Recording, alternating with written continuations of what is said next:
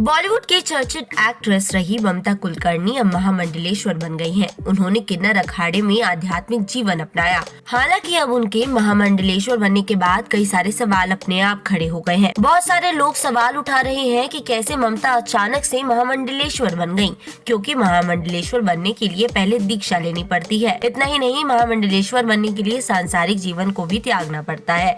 अखाड़ों का नियम तो ये भी है कि जो व्यक्ति महामंडलेश्वर बनता है उसे सन्यासी होना चाहिए।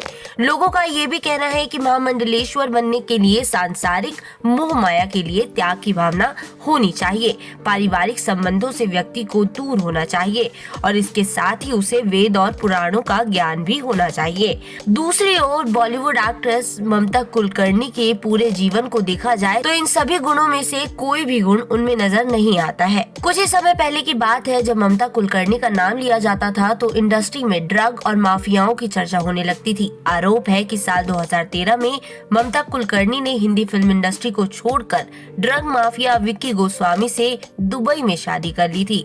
ये वही ड्रग माफिया है जिसे दुबई में ड्रग तस्करी के लिए 12 वर्षों की जेल हुई थी।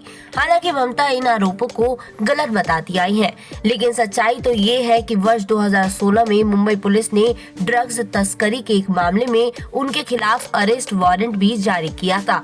मुंबई पुलिस का आरोप था कि उसने मुंबई से 80 लाख रुपए की ड्रग्स बरामद की थी, जिसका संबंध एक कंपनी से था जिसकी डायरेक्टर खुद ममता कुलकर्णी थी। ममता कुलकर्णी खुद कहती हैं कि वो ड्रग माफिया विक्की गोस्वामी से प्यार करती थी और इस दौरान साल 2000 से 2024 तक वो भारत से दूर रहीं। बात उस समय की है जब ममता ने फिल्म इंडस्ट्री को छोड़ा नहीं था। तब उन पर अंडरवर्ल्ड से कनेक्शन होने के आरोप लगे थे। कहा जाता है कि एक फिल्म के लिए उन्होंने अंडरवर्ल्ड के अपराधियों से डायरेक्टर को फोन करवाया था। इतना ही नहीं, ममता कुलकर्णी अपने एक टॉपलेस फोटो शूट के लिए भी विवादों में रह चुकी है। साल 1993 में उन्होंने ये फोटो शूट एक मैगजीन के लिए कराया था, जिस पर देश भर में काफी हंगामा हुआ।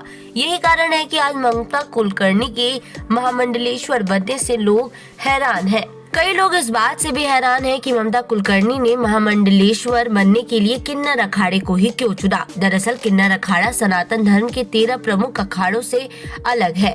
ये वो अखाड़ा है जिसमें सन्यासी बनने के बाद भी भौतिक जीवन जिया जा सकता है और इसमें महामंडलेश्वर बनने के लिए सांसारिक और पारिवारिक रिश्तों को खत्म करना जरूरी नहीं होता। और यही कारण है कि ममता कुलकर्णी ने इस अखाड़े को चुना और अब वो भौतिक जीवन जीते हुए भी सन्यासी बनकर रह सकेंगी। इसमें उन्हें वैराग्य वाला जीवन नहीं बिताना होगा।